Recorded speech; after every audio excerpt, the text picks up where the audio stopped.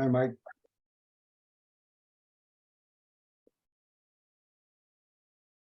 Good afternoon. Welcome to the Roads and Right-of-Ways Committee meeting of April 18th, 2023.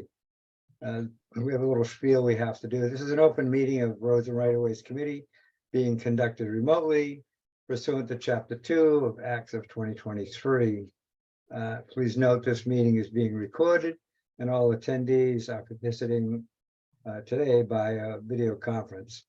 The chair will conduct roll call for attendance and all votes. Zoom participants will be asked to identify themselves. Their name will be noted on the screen under your Zoom connection. All Zoom participants are asked to mute their devices unless addressing the committee. Public comment will be taken after the committee has spoken, and then you'll be called upon to identify yourself and join the meeting. All that being said, and I also will, in the roll call, identify those that have said ahead of time that they wanted to speak. So first, the committee. Alan Reinhardt. Present. Lee Saperstein. Here. Rick Atherton. Here. Ed Gillum. Here. Rob Ranney. Here. Bill Greeter. All right, thank you. And then we have one registered visitor, or two actually. We have Lynn from Wisconsin. Lynn, can you hear us okay? Yes, I'm fine. Thank you. And Christine from Surfside, can you hear us? Yes, I can hear you. Okay, great, thank you. And he's so quiet, I forgot he was here. Bruce Mandel from Madigan. Can you hear us, Bruce? Yes. Okay, thank you. So the first order of business will be approval of minutes of our March meeting. And I believe as Phil Smith is starting to join us, Rick, you had one minor correction. Yeah, just on page 3 of the minutes in the first full paragraph, the third line down, it starts the absence of intertidal lands. And I had suggested we just take that one sentence out. There are a number of locations in the harbor where they're not, where there are bulkheads, and there's Chapter 91's access in those locations. So it's not quite accurate, if that's the right term. And I think that made sense with Lee, and that was the only correction I had. Any discussion on the corrections? Hearing none, we have a motion to accept the minutes as amended. Motion to approve. By Alan. We have a second by Second. Rick. We shall do a roll call on that, and I will note that Phil Smith has joined us. So Phil, just to log you in, can you hear us okay? I can.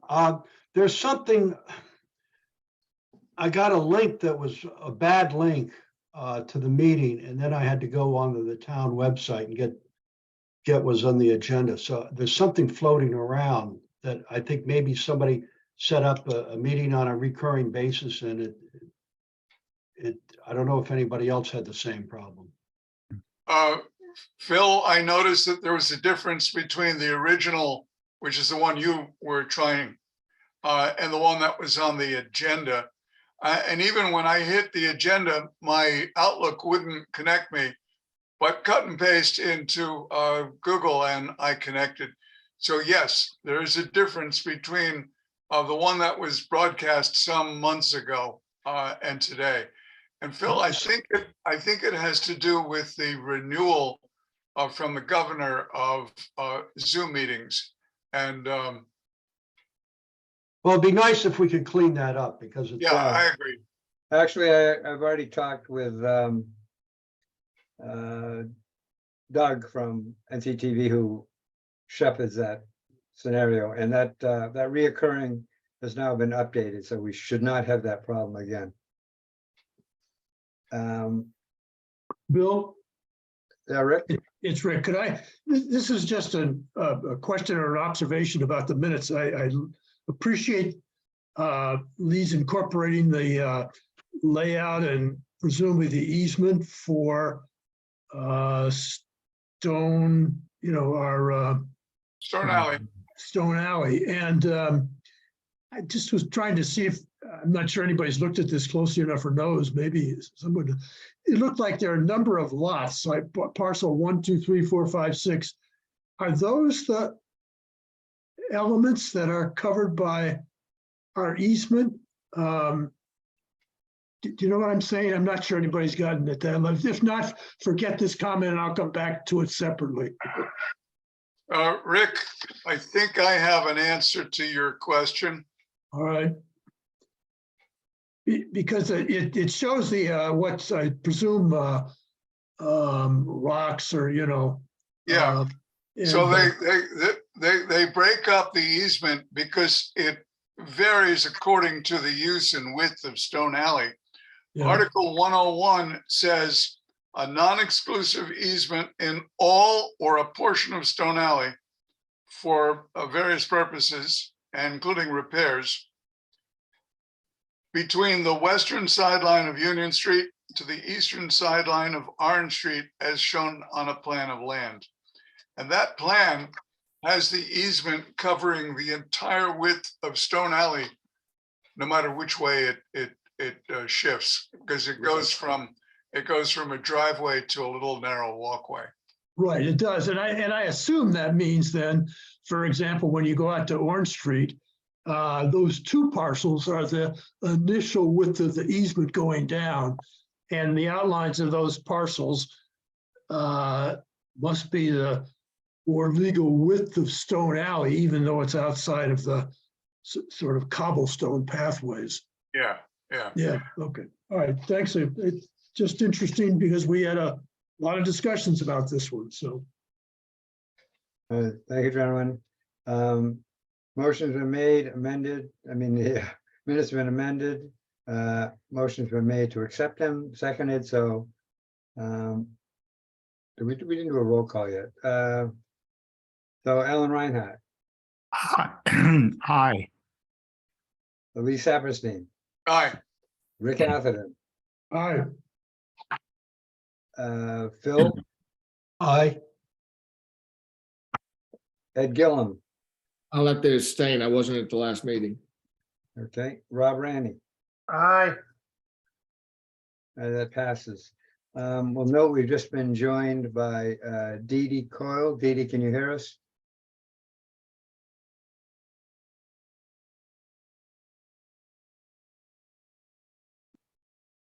Dee Dee, can you hear us? All right, we'll have to find out when it comes time for Dee Dee to speak. So we're joined today by Mike Burns, Transportation Planner, returning Transportation Planner. Now that you've had time to unpack your bags, put you to work and ask you a question about the ATM Article 71, electric use on bike paths and sidewalks. Sure. Well, it's good to see you all again. And just for clarity, when I came back, they ordained me with a new title. So it's Transportation Program Manager now. I think is the formal title. I would have to use my signature line. So good to see you all again. Happy to work with you all on various projects as going forward. So on this item, I'm happy to speak on this item on the agenda. I was asked to participate. I'm not sure how much detail, Mr. Chair, you'd like me to go into on this. I will say that I have. Mike and Bill, just a short point of order. It is Article 72 if we're talking about Bruce Mandel and motorized vehicles. Okay. That is Thank you, correct. Brad. They did rearrange the batting order. Thank you. Mike, Bruce was on to talk about why he presented it and stuff, and we knew you were coming back on board, so we just wanted to hear from your point of view, your thoughts on it, so that we understood, what your thoughts were. Sure. Well, I did take a look at the article, and I did read through. We had some back and forth via email about the intent of the Article 72. Since coming back on board, I did have to refamiliarize myself with a lot of changes in Mass General Law. There have been some changes to Mass General Law related to electric bicycles and the classification of bicycles and where certain classes were allowed and prohibited from operating. So I did share that, and I can say that I'm still trying to get through a lot of the legalese and the general law and the effective dates. All these are effective, but I'll note some dates, and I might be wrong on this, but effective November 8th, 2022, Massachusetts general law does prohibit e-bikes with pedal assist beyond 20 miles an hour, or what are classified as or known as class 3 e-bikes. It does prohibit them from paths, and does prohibit all e-bikes, regardless of their classification, class 1, 2, or 3, from public sidewalks and unpaved public trails. And effective January 1st of this year, 2023, law does require that e-bikes be labeled with their class and their max speed to help with any confusion about what type of classification a bike is. And I'll note that Mass General Law does not mention e-scooters or any other micro mobility device. I can say just from experience that 20 miles an hour does seem like a maximum safe speed for everyone using paths, regardless of any device that they're using. And I say this because 20 miles an hour is the design speed used by the Massachusetts Department of Transportation to design and construct these paths. Beyond those clarifications, I'm happy to answer any questions, or I'll try to answer any questions you all may have on this. Thanks, Mike. Anybody have any questions? Well, I guess, first of all, Mike, thank you. That's a lot of detail in a short time.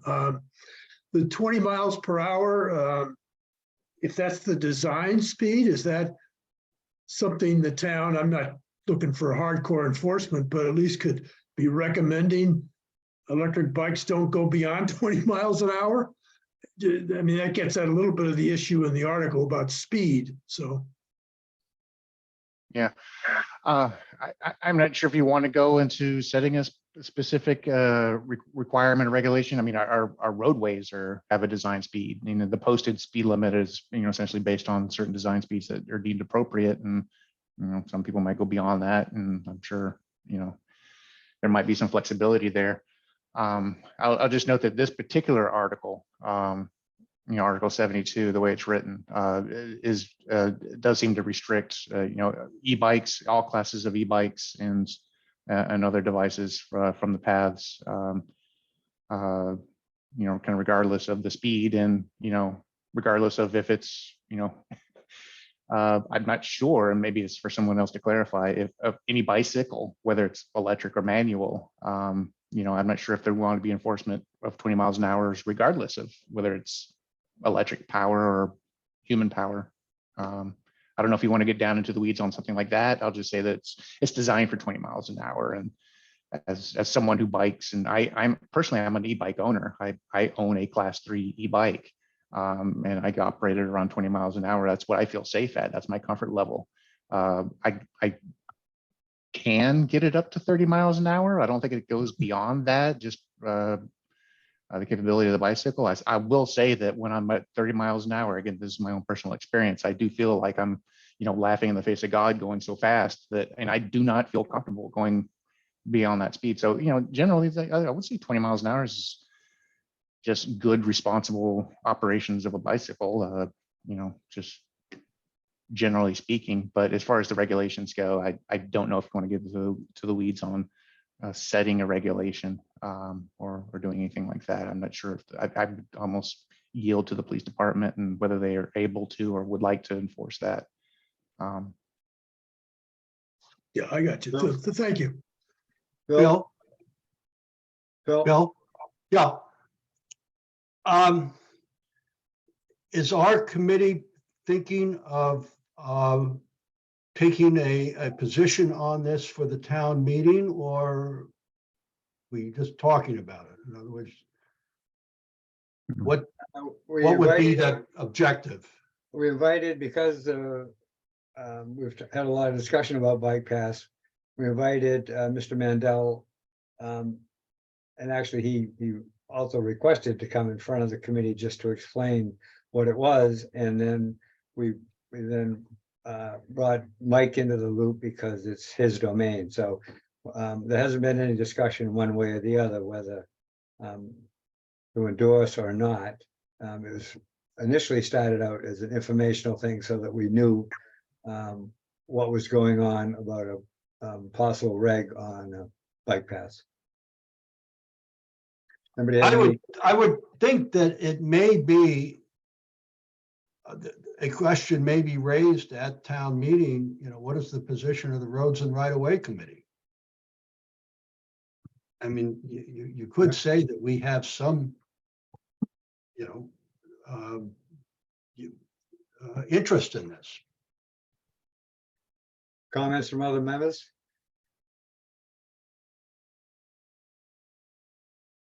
Mr. Mandel, Oh, thank you very much, Mr. Chairman. As to the discussion about what the Mass General Law is, of course, a local jurisdiction has the authority to impose more strict standards, and Nantucket has done that in other cases. So that's where this article is partially coming from.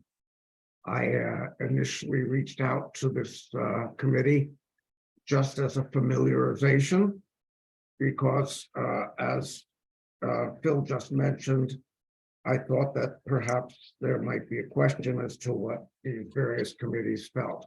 So I thought it would be prudent for me to present it and to explain what the reasoning was behind the article.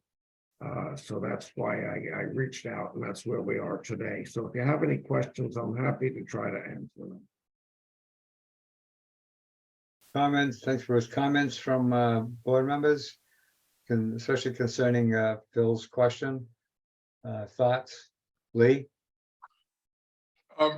Bruce, when you were before us the previous time, you said that there were very mixed pro and con discussions in the Finance Committee.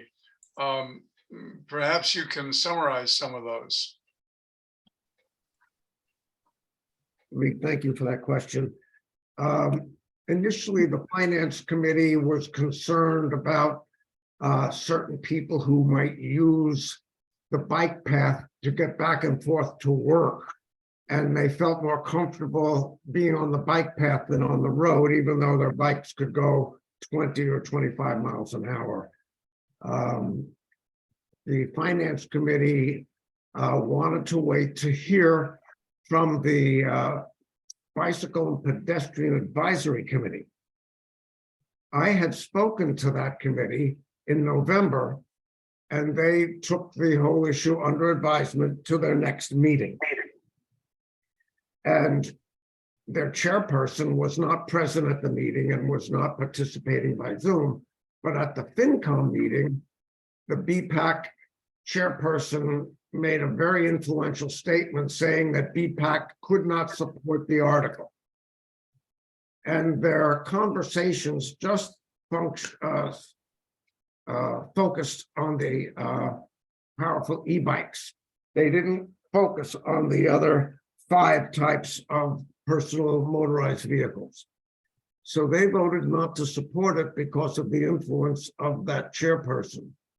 Now, it turns out that BPAC had not met, and this was his personal statement, but there's nothing I could do to correct that misrepresentation.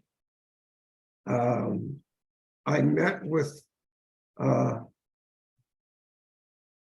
several other organizations and discussed it. It's received favorable comments from the Civic League President's Breakfast, from the Manicat Conservation Association, like that. So Lee, does that answer your question?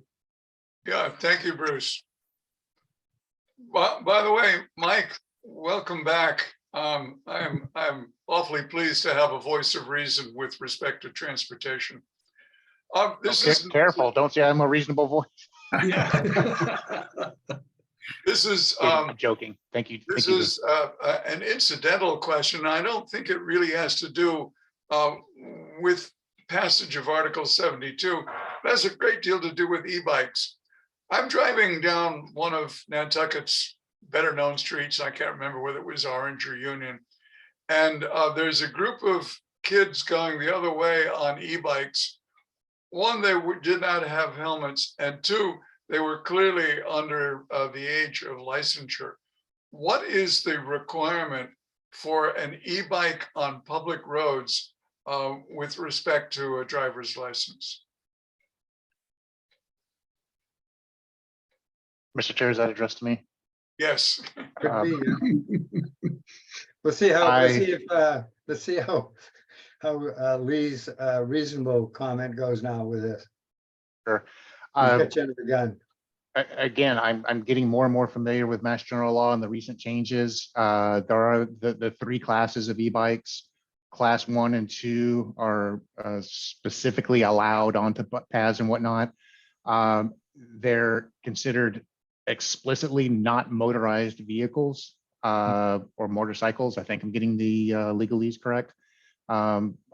So any type of e-bike, electric bike, would not require a license, a motorcycle license. They're explicitly different from motorcycles, so they wouldn't require those licenses.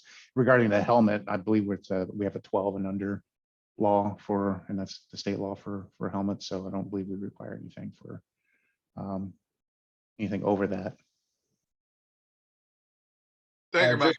Just as a side note, Lee, I know there's several of the kids at school, high school age, are using them, and it's actually caused issues enough that the school at some point has instituted a rule that they have to walk them across the property because they run into teachers and students. So it doesn't answer the question of the age, but it definitely is a kid thing. Bruce, you have an answer? Thank you, Mr. Chairperson. The age is 12. E-bikes are supposed to be licensed and registered. The licensing fee is $50. It's paid to the town clerk.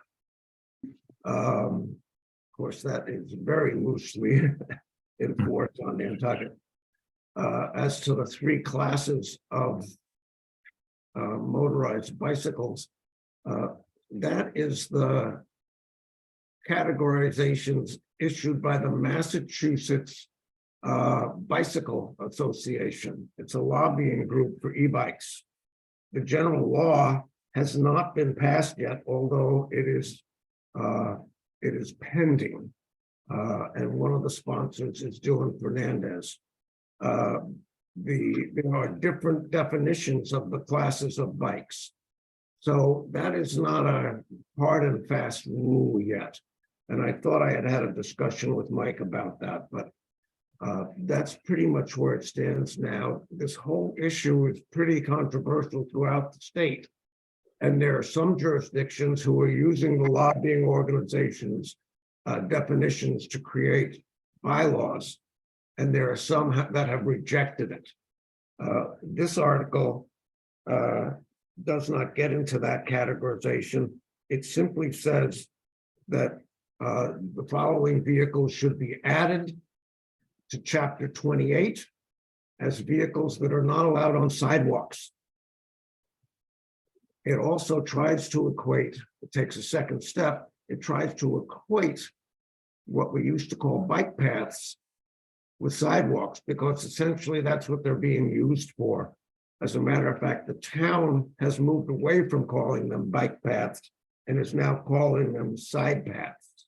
And there's only 31 miles of side paths on Nantucket out of almost 300 miles of road. So it's an important issue. It's something that the select board was interested in addressing, but it's difficult. So I took the initiative, and it's kind of up to the town fathers whether they want to embrace this or they want to let this kind of fester. And I will say that hopefully none of you were ever hit by a vehicle going 20 miles an hour, but it's like getting hit by an NFL linebacker running at full speed. Thank you. Bill? So, thank you, Bruce. One just a note of interest for the minutes for Lee. Rob had to leave at 4:24. Got it. Okay.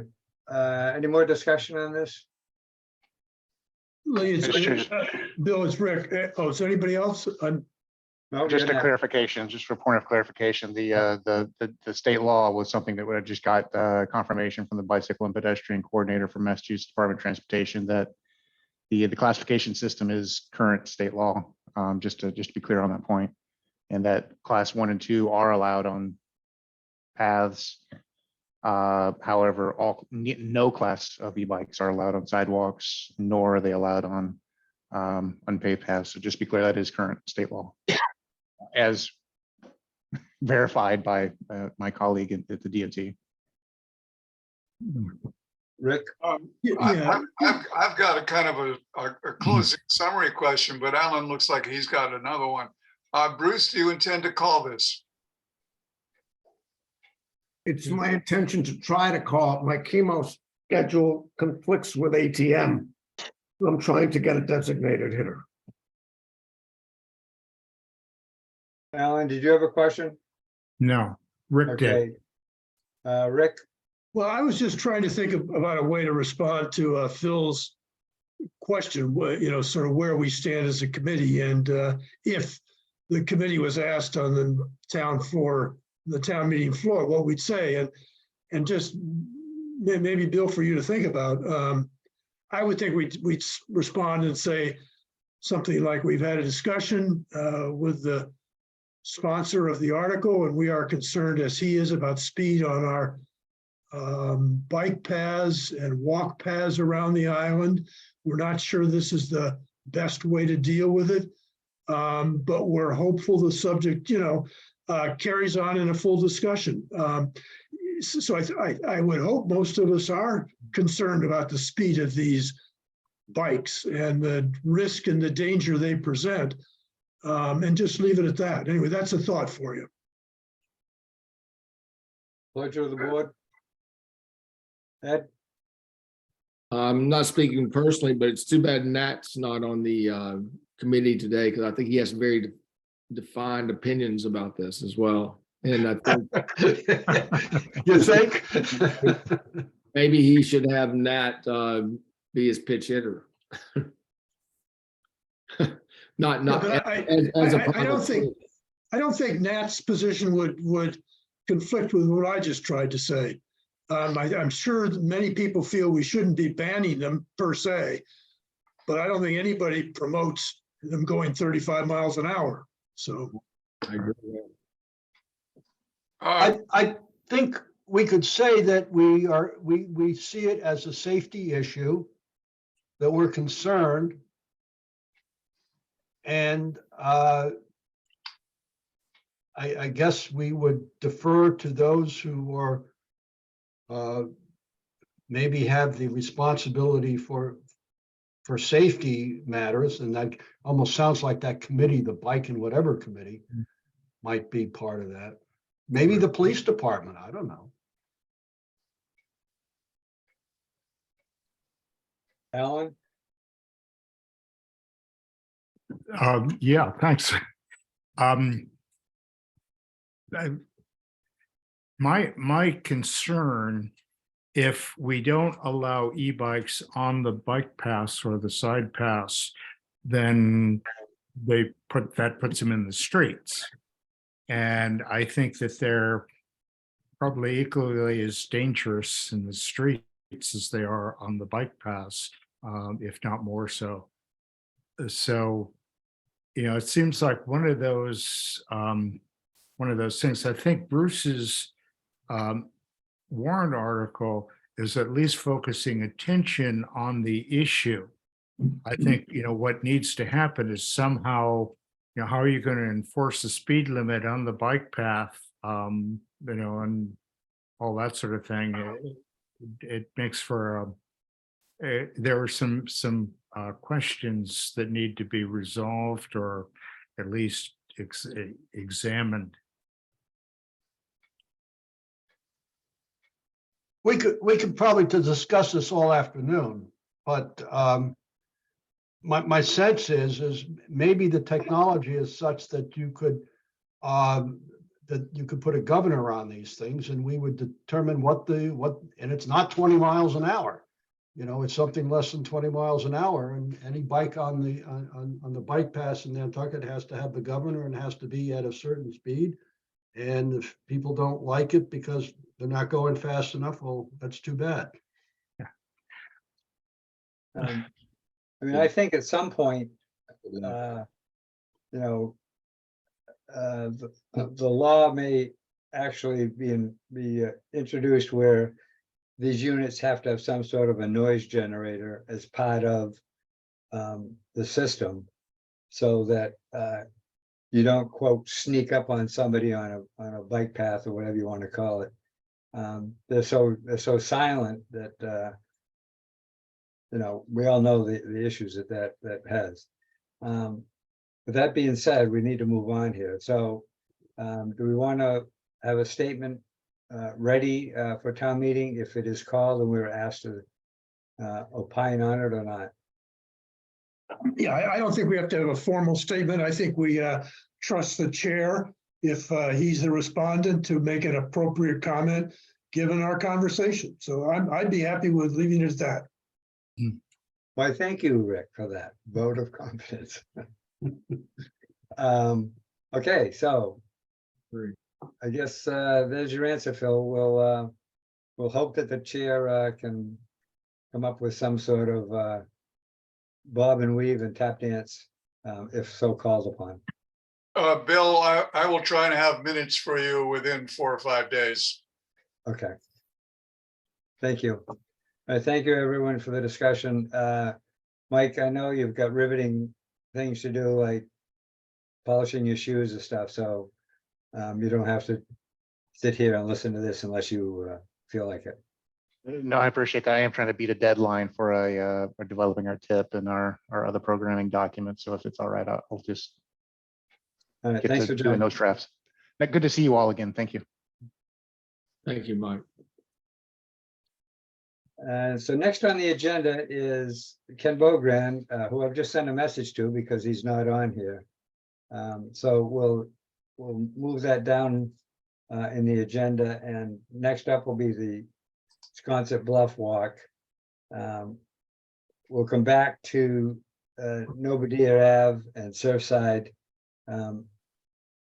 later on here before we close today. So the folks that have signed on for that discussion will be here. Dee Dee, you have your hand up? I do. I'm Dee Dee Coyle and I live in Surfside, and I just was concerned about the opening at 55 Nobodere, and that's why I was attending this meeting. I just wanted to be sure that you were all aware that there was some agreement made at some point. I don't really know what the agreement was, but there is a marker at 55 saying public way. And I know that there are considerations that have to be met before that's open, but it's going to have a new owner on the side. So I just wanted to be sure that you were aware of it. That was all. All right, well, thank you. And we'll bring this back up later on in the meeting today. And my intent will be, if Ken does not get on, that we get a memo from him concerning this, because there's been enough queries from abutters to do so. So have a cup of tea, hang in there, and we'll see if he's able to join us. Okay, thank you. All right, Sconset Bluff Walk. We had a subcommittee of Alan, Ed, and Nat. And also joining us for the discussion is Lynn from Sconset folks. And we'll open that up for the subcommittee first. Do you have any sort of report that you want to give us for an update? We know that this is not going to be reaching closure today because it's going to be like everything on Nantucket, a work in progress. So, or semi-progress. So, Ed, are you the spokesperson at this moment? I could be. Okay.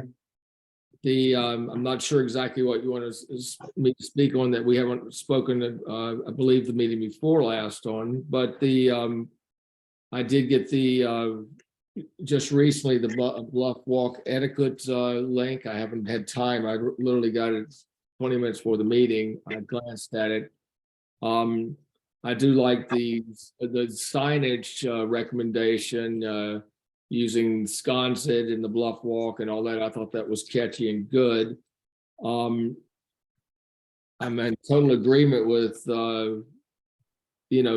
most of these points, and I think the committee is as well. I mean, it's going to come down to enforcement, a lot of this, as all these things are.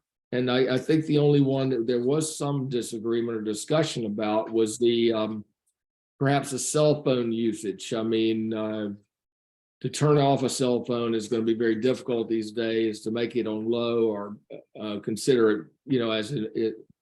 You know how that works. So whether you're on a bus or anything else, some people are going to be considerate and some people aren't.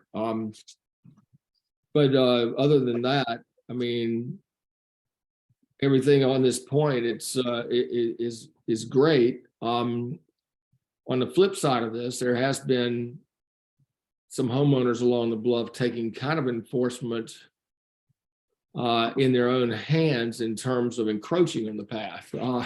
And making the path where two people holding hands can't fit by some of the spots that before were quite adequate for a family of four to walk down almost. But I would leave it to Lynn maybe to ask questions. I don't know. I think that, again, the hours we walked the path, we looked at the path, we went down and looked at the playground, the hours the playground was open. And I think we're all in agreement on the hours it should be in public use. And I guess we should encourage through some of the licensing of the tour groups and things like that, who seem to be some of the offenders I think that they're having problems with. That might be something that whoever licensed them they have to sign off that they're at least cognizant of the rules. Let's put it that way. Lynn sent out a link just before the meeting, and I'm going to share it, and then she can jump on here.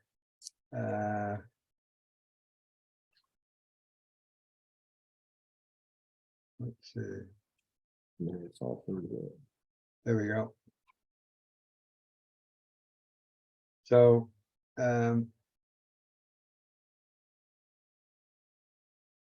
this is a link to the Sconset Civic Association's website. Can you all see that? And these are the points that they've on their site. And Lynn, do you want to talk about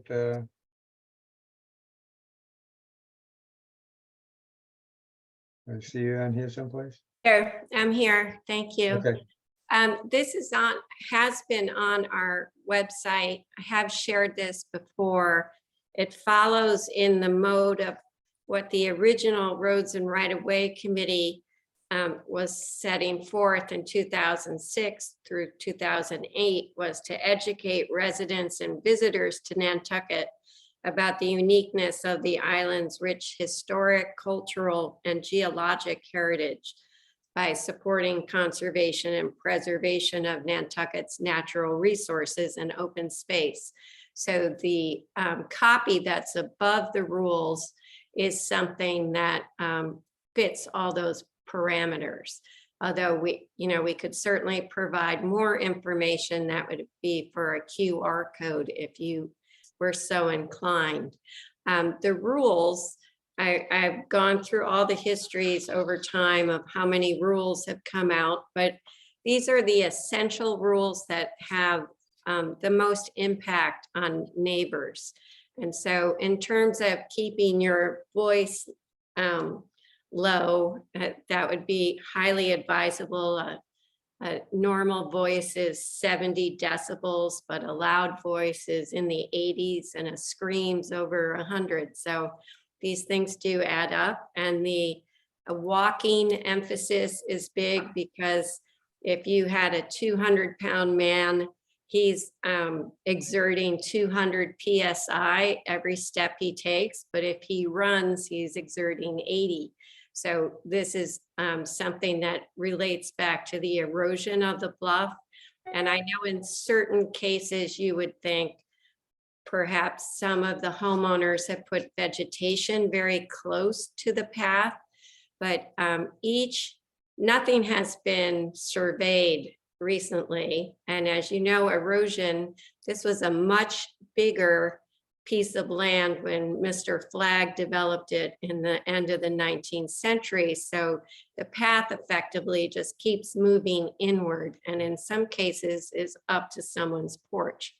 So I would be very kind to the residents who now are entertaining people at breakfast and at cocktails. So the rules are just there to be a friendly reminder.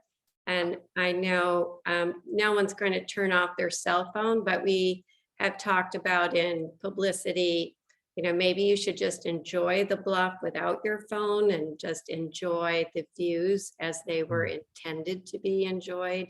So we're trying to give a gentle reminder. It does not help when a homeowner tells a runner to stop running because they are not well received. So their idea was, of course, to have some interns or guides, but this is a program that is very hard to oversee, a little too big for the Civic Association to take on, although we would contribute financially. And basically, if you want to continue some kind of supervision intermittently, I think it would be advisable if there was staff for the summer bike cop who frankly spends a lot of time in the shade on a road that he is not or she is not needed. Some of the bike cops are very influential in helping at the Rotary at key points of the time, but there is time during the day that it wouldn't hurt to go to one of the access points and just take a look at what's going on and report back, or have some informal information that could be handed out to someone. And I think it's more of an education process, which we're happy if people read the Inky to put in a editorial or a historic look at the path and how precious the path is for everyone. But the conundrum is enforcement, which you rightly identified. And I think I hope the committee considers asking the police department to have the bike safety officer enforce some of the safety issues.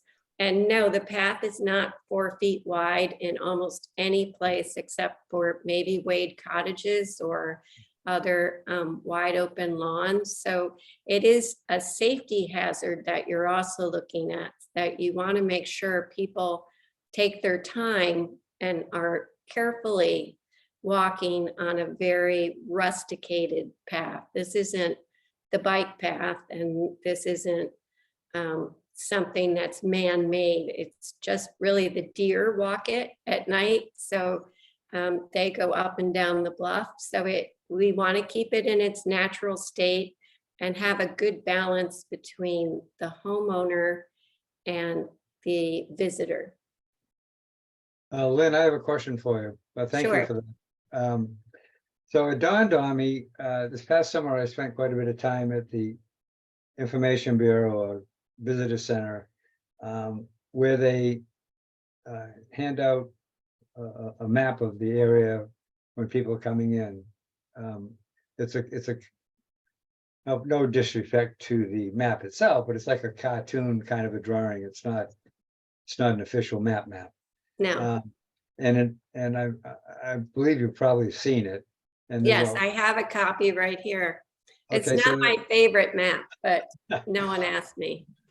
So I know that they hand that out religiously on a daily basis. I don't know what your thoughts are for the Sconset Civic Center to ask the Information Bureau as an entity if they would help with your concerns and attach to that the verbiage that you're talking about that's on the Sconset Civic Association website. Do you think that's something that would help or not? I identified this a year ago when Chantal started her job, and she was sharing it with the tourism board to say, this has been a problem for us. And could you dial down the encouragement? I mean, we love having visitors. We're such a unique village with architecture and beaches, and it's quiet. But on the other hand, hordes of people coming at one time is a very recent post or during COVID. And maybe the interest level will fall off, but I doubt it. It's just now as important as the lighthouse. So the fact that you may want to look at stability of the path in certain places would be advisable on a year-to-year basis as well. Ed? Through the chairman, Lynn, something the committee did talk about is that we have to draw attention to the past rules without drawing too much attention to the path itself, because the more advertisement about the path, it could start a little bit of a snowball rolling.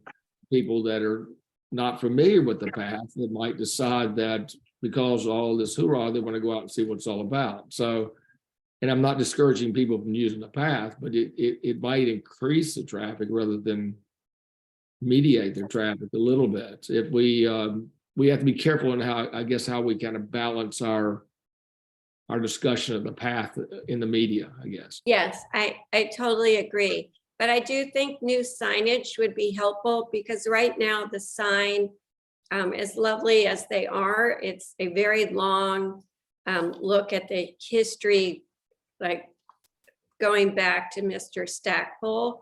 And I would say that a sign that just had the rules and, welcome to our fragile environment. Here are things for you to consider before you start and as you walk the path. That's simple, not a huge amount of other information, because the type size of the rules is so small, no one looks at the sign. I've sat there and watched, and no one goes up and reads the sign because it's not in a type size that is easily recognizable. And the older you are, do you travel with your reading glasses when you go for a walk? Probably not. And that is about what you need in certain parts to read the sign. Well, I totally agree. And I think the committee agreed when we were there. We actually had a further point that we made, I think, as we were walking down it. There needs to be additional signage along some of the access passage, pass to the bluff itself. There's not enough signs, but they need to be also in a way that, I'm not a great fan of signs, but I think I am. I'm not either. But I am a great fan of the rules and knowing the rules when you go to someplace. So maybe the signs could even be at some of the access paths, not particularly right on the path even, perhaps. The one that would probably work is if you extend down Coffin Street. That's a fairly wide access point. And before you even enter, you could have that closer to Sankaty Road. And you would see, a lot of people don't even realize that that's an access point. So, Right. so there's some, I don't want signs on every entrance point. I think most people start at the bottom, and the bottom is really walking up Front Street. And that's why the town was very generous in giving us shells to redo a private road, which Front Street is. And because the deterioration from that amount of people walking, basically the road was dust, not shells. So I wish people would start farther up, but they come on the bus or they come on their bike or they come on a tour and they're dropped off at the market and then they walk their way up. So, you know, you're not going to change a pattern like that at this point. But I think we try and use our bulletin board at the Rotary to give information about how special the village is and things to consider, but not everyone even looks at the bulletin board. So I think you have to have something at the entrance, at the top and the bottom, and maybe just one in the middle. And some of the homeowners have made their own small signs, like Yes, be it is. careful or pay attention, you know, so I leave it up to your committee, but I do think it's time to have new signs made that are, the emphasis is on the rules, and a QR code where you could read about the history in depth could be informative as well. Lynn, I was going to mention QR codes and you already have, so I'm going to back away because Ed wants to speak. We don't have the expertise to say, this is a package for QR codes, but I'm hoping we can get there soon. Oh, I have someone who's joining our board who does this for a living. And QR codes are not hard to make, and then it just gets made on the sign. And you can update what's on the QR code information, but the code itself is something that is permanent. And so we could easily help you with that. Lynn is very correct in this, and a perfect kind of sign would be the rules and the hours of use and a QR code with the history, or it could be more than just the history. It could be the geological history or whatever you wanted to have on it. And the QR codes are not that difficult to make. She is right. I mean, walk around any of the real estate offices. We have them on all properties and things like this. They're made with regularity. So it's just a matter of, you know, having the signs created. And then again, it does come down to the enforcement, but I also am getting the feel from Lynn's talking about the placement of the signs that it might be, is the major culprit here the tour groups? I don't think so. People drive and park and walk. The tour buses that come, they generally, very few of them let off, 20 people to go walk for an hour. So I don't want to point a finger at the tour groups. I think even when they go and walk, they don't do the whole path. That's a long way to walk. For some of the visitors, they just want a taste of it. I think it's just the bike safety officer would be very helpful. And I know if it's a question of funding, that the people on Baxter Road would contribute to the cost of that person's employment, which might be a lovely thing for the town.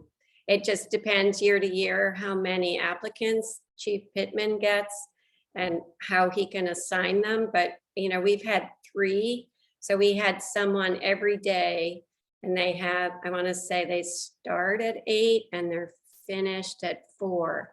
And town gets quiet and there's ample time to ride your bike up Baxter Road and hang out at some of the entrance points and walk in and just see how people are doing walking and asking, do they need any help? Or are you, finding your way, or do you know a different way to walk home?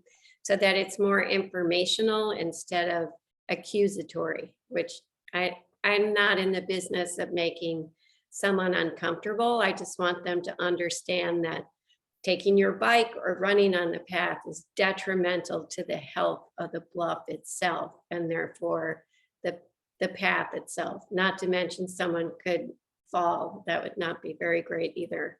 And I would think the liability then becomes the town because you're maintaining the path.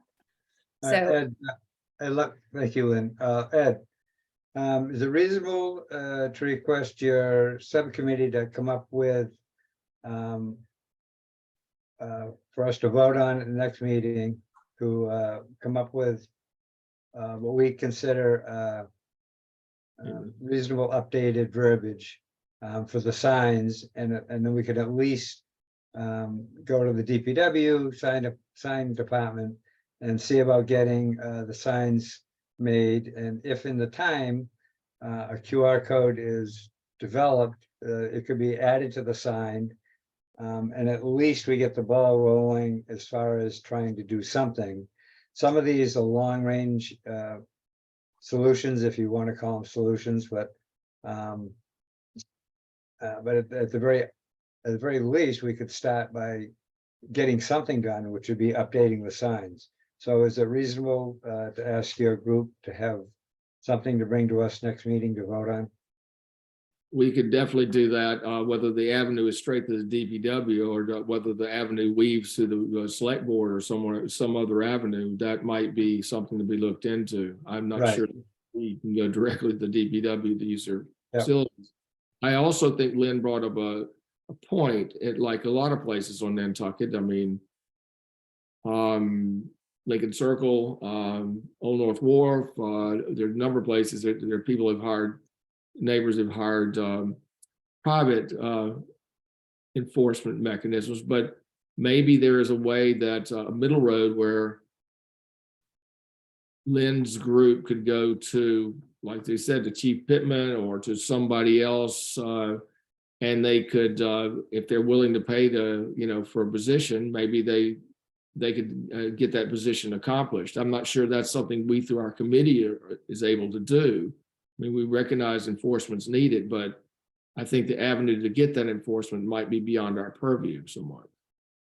Yeah, as far as the sign goes, The I jumped sign, ahead. It's got to go to the sign committee for, for an updating, and it'd be a lot simpler to apply for an updated sign than putting in a new one. So we'd have to follow the procedure, of course, but the first order would be to come up with verbiage that we want to go forward with, and then we'll take it from there and try to get this in place before the season starts.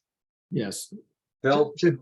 Yeah, when we discussed this a few months ago at committee, one of the things that was mentioned was that the tour groups were a real problem. In other words, they just drop everybody off at the market there.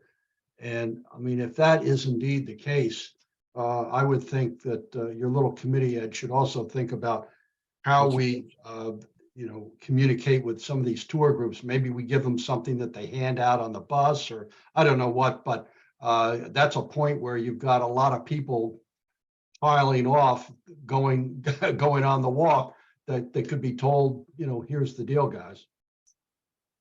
Well, it might be a place to have a copy of the rules for sure. And, education is a big part of enforcement. So that might be. We're doing the tour group a favor. They're essentially, they're dropping people off because, that's part of, their little deal of taking people out to Sconset. All right, so if the board is okay with that, we'll ask Ed's group subcommittee to come up with a draft for us to vote on next month, and we can move along and see what the next step is. Is that everybody in concurrence with that? Seeing nobody saying different. All right, thank you, Lynn.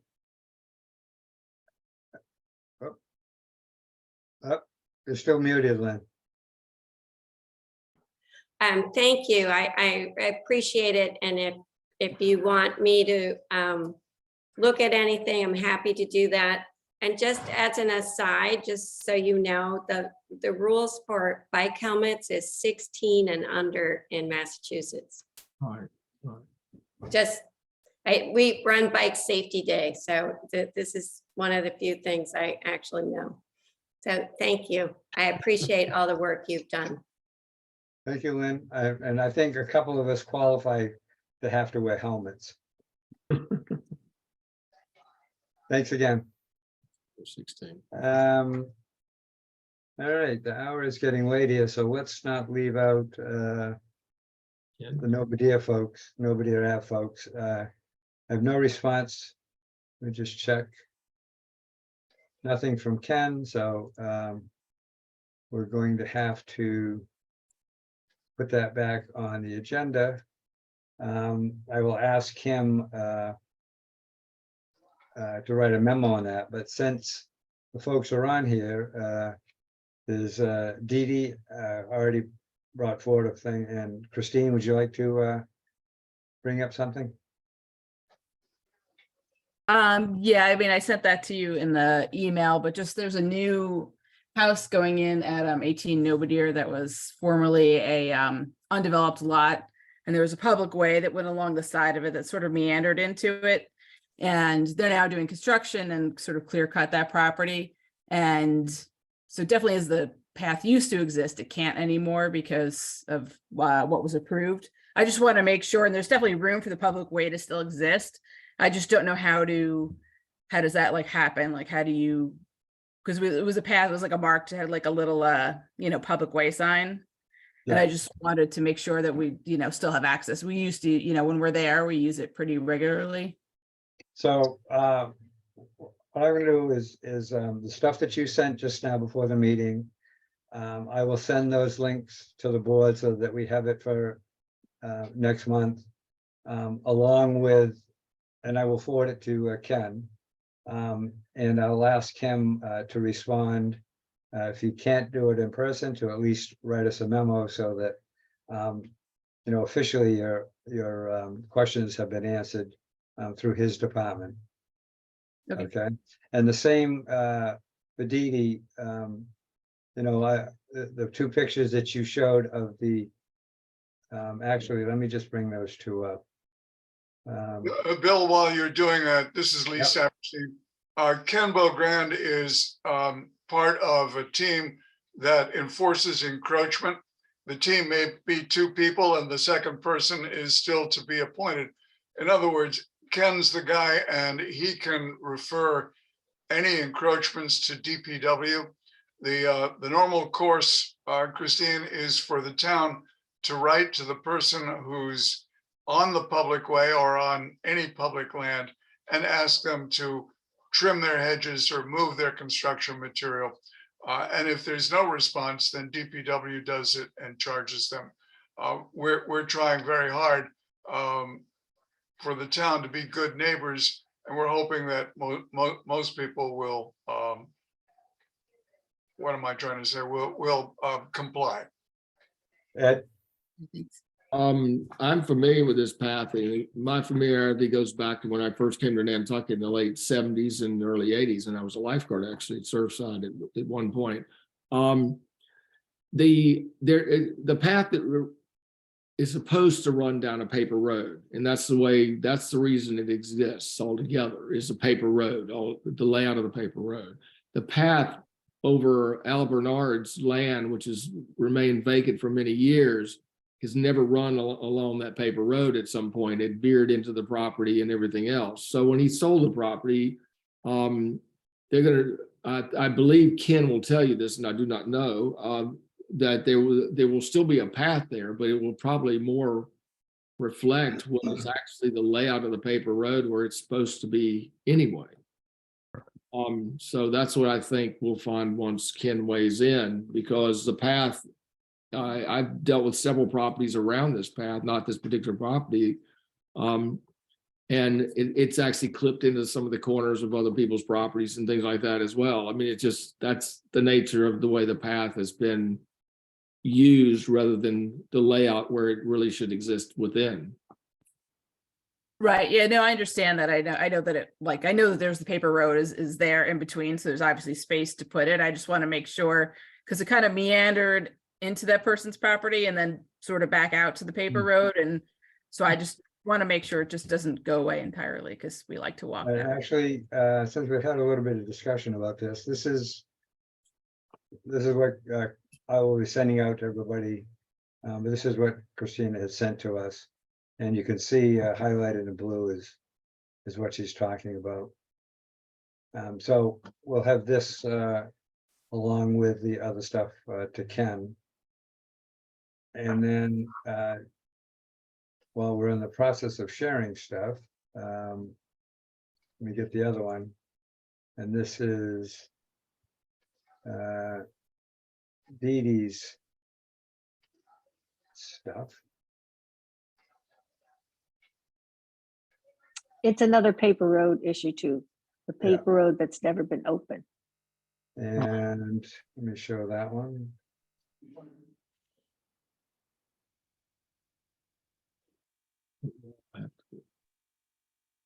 So there's the sign or the post. And it looks oh so accessible. Not. And this is another look at it from a different point of view. DPW issue. Did he remind me, you did say 55 Nobodere? Yes, Okay. That's one of the very older posts and we may not have found it. We need to add that to our list of public ways and we need to ask the DPW to clear it. I do think, Lee, which is what my question was, is that there was an agreement made with the town that I have been told, and this is all rumor and hearsay, called the Surfside 6. And this was one of the paper roads that the town agreed not to open until particular events had passed, meaning that the owner of the property on the west side had to have passed away, and then X number of years, or I'm not exactly sure all the logistics, but I do believe that that's why that one has never been opened. But because the property on one side of that paper road has just been sold, I'm concerned, as is Christine with her piece, that the town consider, making sure that this stay in play until such time as it's resolved. So let me tell you what I would do. The font of all unwritten and informal rules is normally Andrew Vorse. And I would go to him personally and ask him what he knows. And that may help to unveil the things that you're talking about. Okay, I will do that. So we'll also have it on the agenda and stuff. So, I mean, you formally asked and we need to formally respond, and quite frankly, Ken needs to formally respond. So, Right. I Ed? appreciate that, Bill. You were Ed? very responsive. Ed, Bill, this is Dee Dee through Bill. The 55 is just sold recently, the piece of land that was subdivided off the Anglin property. So Right. There's about to be a development there, and they're very aware in the development, at least from the way it was sold, that there is a paper road along the side over there. So I suspect this will be another issue like the one at 18, where during the construction, the access will be put in play, unless, like you said, this was one of the agreements that, something we don't know about. But in other words, they're very familiar that the paper road's there. In fact, a lot of people use those paper roads as driveways into their properties up there along the smaller lots toward, toward the beach there, Belvedere Beach and all. Right. Well, this one, I'm just worried that the town would perhaps consider selling that half of the paper road to the new development. And they might, but that'll be an issue for town meeting to be voted on, of course, as you know. So, yeah. All right, we will do that and just stay tuned. Do you follow the agendas of different committees, Dee Dee? I don't, but I will. Okay, so it's a good idea. Go to the town website, register, and you can select. There's more riveting meetings than ours that you can follow the agendas on, but I kind of like yours, Bill.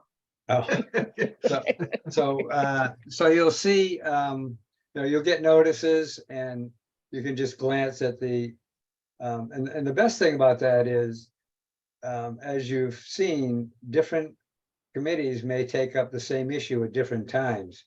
And so something may gather momentum before it even gets to what you're looking at. So it's a good idea to, besides that, it gives you something to do on a Thursday night.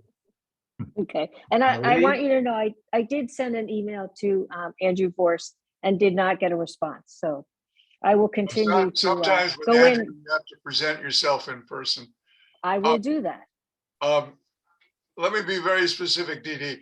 The Real Estate Assessment Committee gets all potential takings and conveyances long before they show up in the newspaper or presented to the select board.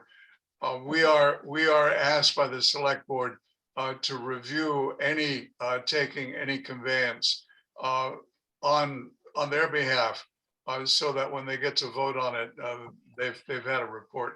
And Ken Bogran is our staff person. He's the link. Thank you. Beck. Well, I did recently buy my paper road, so I've done a little bit of the process, but mine was not contested. All right, well, thank you for joining us and Okay. we'll see you next month. Thank you. And you two are welcome to stick around because we have a Harbor Walk update from Lee and who knows what's going to pop up. All right, that being said, Lee, you have an update about the Remain involvement in the Harbor Walk. Bill, I circulated an email that I got from Remain. I'll put it into the minutes. Essentially, they said, yes, at one time we were interested. We paid for a consultant to lay out possibilities for a harbor walk. But let me see what she said.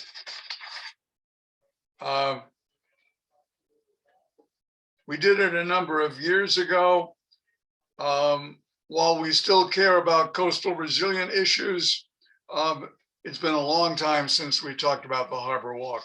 I will put a copy of that into the minutes. I think I did send it to the committee some time ago. So the harbor walk is still important, but in terms of Remain, I've got nothing new to say. I don't think, reading that, Lee, I don't think Remain is, they were saying a very nice way, I think, that they've got other things to deal with. Yep. Yep, they were. Alan? Yeah, I'm quite familiar with that process. I was involved. I'm the one who got Remain interested in the project of a harbor walk. This is probably 10, 12 years ago through the Roads and Right-of-Way Committee. In the meantime, what's happened is the data that they collected, and there was a lot of engineering that was done in terms of the path and so on. That information has been passed on to the land bank, which is now working on the coastal resilience in that area, part of which is a harbor walk that would go from town down to the land bank's properties in the harbor down there. So it is, it's, the project is still very much of interest, and there is work being done on it. Well, thank you for that. It also brings up a question, and I guess this goes out to our Chapter 91 Monitoring Project Subcommittee of Lee, Rick, and Phil. Has there been, have you seen any of you folks met meaning I guess it fills a point, they're on the subcommittee from the town on the harbor access and stuff. Is that correct, Phil? Isn't that, it's the wrong name, but what is that committee? It's the Harbor Plan Review Committee. Any update? I was going to give you guys a little update if you were interested. Yeah. Yes, the Harbor Plan Review Committee, which is reviewing the 2009 plan, we've met, I think, 3 or 4 times. Linda Williams has been appointed the chair, and she strong-armed me into being vice chair. So, welcome to the world of Nantucket politics. But anyhow, it's Jeff Carlson and Tara Riley are sort of helping quarterback this.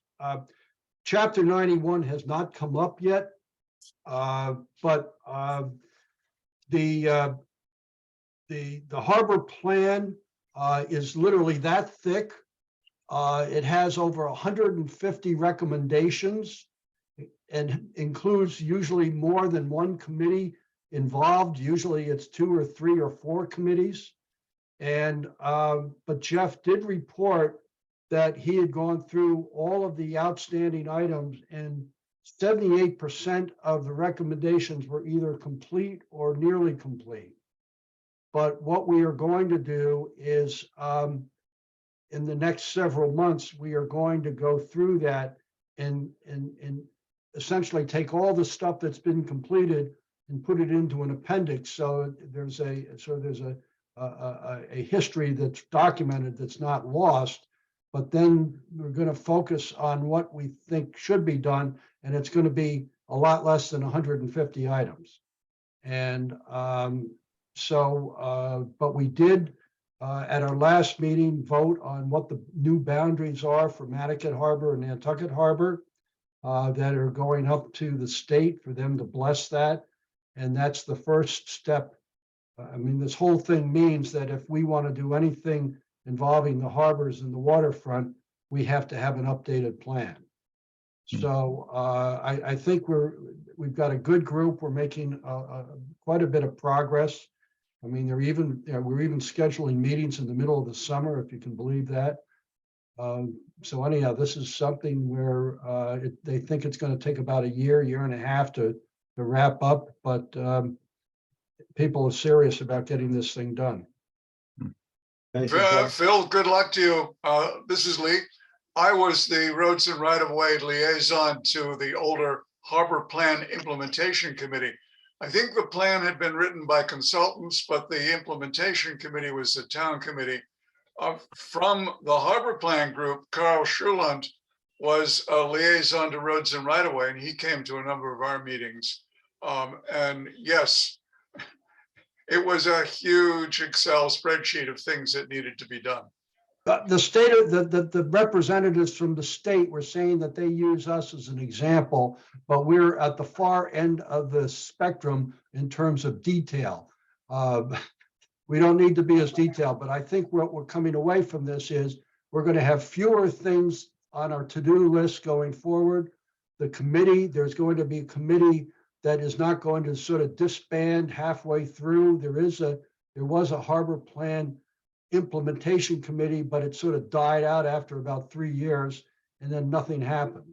So that is going to be more forcefully dealt with. The other thing is that the various committees and town organizations that are given responsibility, it's going to be more one particular entity and not a group, because we all know what happens if a group is responsible for doing something. Nothing gets done. Just a quick question, Phil. Go ahead, Rick. So are the meetings taped if people want to sort of follow your progress? They are. I tried to find them. I couldn't, but they are recorded. Great. And we actually meet in person. It's hybrid. So half of the people are at the trailer and the other half are online because some of these people are in Boston. But it is That's great. recorded. Appreciate the heads up. Thank you. So, but to answer your specific question, Bill, chapter 91, we really have not got into it. We're still sort of in the administrative phase of trying to dig out from all the paper. Okay. Alan, I noticed in the ever popular, ever growing local electronic media, Washington's Street, Beach, Francis Street area has cropped back up. The sign that we talked about a couple of months ago is back in the limelight. Have you heard anything land bank wise pursuant to that signage that's right on the corner of the land bank property at the southern end of the beach area? The land bank is very aware of it. I was down there at that property, and Charlie Palacci happened to come by. And we were talking about the issue of the 40 feet and so on. And I took a picture of the sign, gave it to the land bank, and so they're aware of it. Again, it's on private property, that one little piece of land. And again, he seems to be doing the same thing that Dr. White did out in Wisconsin or in Connecticut. Alan, can you tell me the property location? It's at the corner of Francis Street where it goes on to Washington Street. And it's there, the public beach is on the corner, and there's a land bank property next to it, and then it's after that. Isn't it? It's next to the Uh, it's next to the two-story house that's Yeah. slated to go Exactly. away. Yeah. It's that next property. Mhm. On a different note, but a side topic of the same issue. I was talking with Nat the other day about our discussion on the beach act of the beach rental, kayak rental, and he had talked with the owner or the owner of the business, and he acknowledged that some of his staff was not aware of the boundaries so much as paying attention to where the product was stored and whatever. So I've designated myself as a committee of one to go down and actually measure out what is shown in the thing. So for future reference this summer, we can work on making sure that there is pedestrian access down to the water there. Anyway, so that was that. Anybody have any other chit chat on the Harbor Walk area? Seeing nothing. Any have any old or new business that you'd like to bring forward? No, I don't see any. Therefore, I believe we're at the end of the agenda and take a motion to adjourn. So moved. Made by Alan, seconded by Ed. The little trusty roll call out here. All in favor of that motion, Lee Saperstein, Aye. Rick Atherton is muted, Aye. Alan Reinhardt, Aye. Bill Smith, Aye. Ed Gillum, I. Chair says aye. Thank you very much. Have a good night Jerry, bye. and a better Good night, guys. weekend. Take care.